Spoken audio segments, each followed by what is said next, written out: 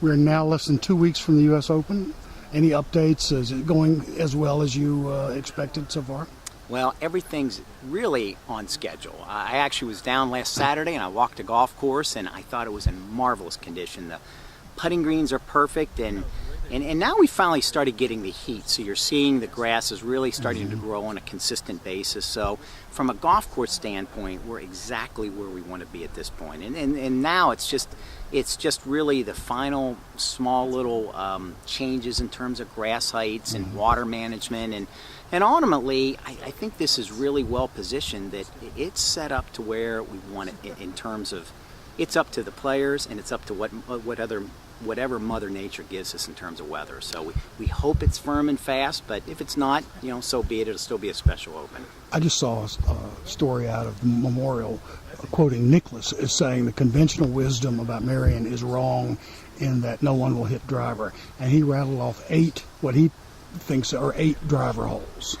Well, it's really interesting. The great thing about Merion is that it gives the player options. A lot of U.S. Open sites we go to, you pretty much know that you're going to hit drivers on certain holes or something less than drivers on certain holes. Merion actually gives you the opportunity that in theory, if you didn't want to hit one driver there, you wouldn't need to, but as Jack correctly says, you could hit 8 or more drivers there. So there is that element of saying, there's some risk to it, but you get rewarded if you do. So last May, I actually had the opportunity to go around Merion with Jack Nicklaus, and it was fascinating to hear him because he was looking at it partially of somebody who might set a golf course up.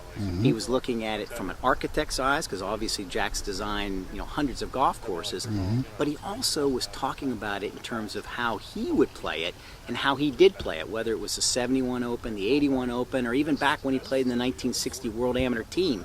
He remembered things, and that was one of the comments he made then, is that it's a wonderful course in that it gives you opportunities to hit drivers, but you don't have to. But having said that, if you back off with something less than driver, there are some long holes there that you really are going to be coming into some rather treacherous greens with a long club. So you would be giving up something to the field if you decide not to. Have you heard any feedback from Tiger's little trip there on this past Monday? I have not firsthand, but I did read a few things, and his remarks were, I thought, very. He's a very observant player. I'm convinced that that's one of the reasons Tiger's won so much. He picks up little things in terms of the course. He tries to think about how it would play.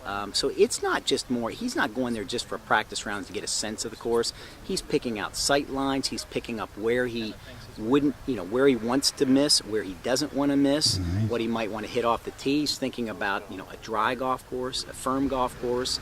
So I really think I'm convinced that that's one of the reasons he's won so many championships is he just thinks his way around, and he can think his way around under pressure too. I interviewed Matt Schaefer a couple of weeks ago, and he said you have been very specific about some things, less so about others, and he said, I assume he's waiting to see. He'll make a decision when he has to. Right. What are you still waiting to decide? Well, that's exactly right. We can be very specific on certain things. For instance, green speeds. We know exactly what we want at Merion because we've done enough events there. We know with speeds there, if you get right around 13 on the stimp meter, maybe low 13s, it's the perfect speed for Merion in terms of the best players in the world. If you were to get up to 14, you'd start to lose great hole locations. If you were down around 11.5 or 12, which is perfectly acceptable at some events like Pebble Beach and other U.S. Open venues, but each course has its speed, so we're very particular on that aspect.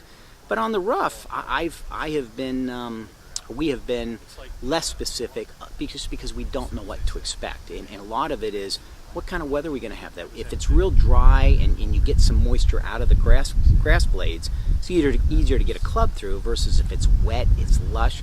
So those are the kind of things, we really do wait until we try to position it to the way we don't make drastic changes at the end.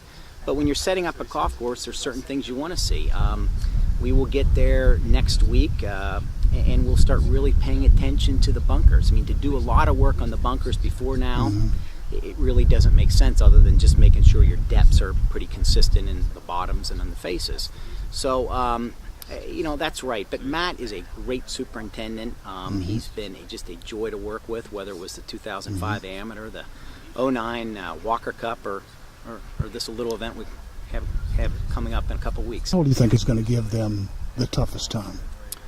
Well, I think the toughest hole relative to par is probably going to be the 18th hole. I mean, that's a hole where you have to hit a great drive, and not only you have to hit it straight, and there has to be good distance to it, but you even have to work on which way you're curving it to hold the fairway, particularly if the fairway's not soft. And then if you can hit the fairway, then you're left with probably one of the toughest approach shots on the entire golf course. And if you're good enough to get it on the green, it's a really tough green to putt. I think the 5th hole is going to play very difficult.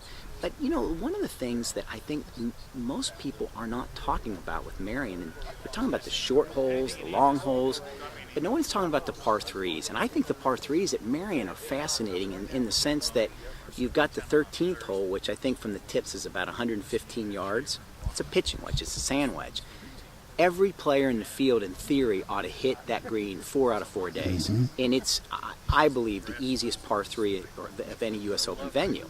But then you take the other par 3s at Merion and you say, compare those with, take the hardest par 3s at any other course you want. Wingfoot, Pebble Beach, Shinnecock Hills, Oakmont, keep going. I think Merion's got the 3 hardest par 3s there, and I think that they're not only long, they're treacherous greens. So I think I think there's not much being made of the par 3s, but I think ultimately how you play the par 3s could determine whether you win or lose the Open. He said, I would not be surprised if he sets up 13 to play 99 yards from the front. Is that a possibility?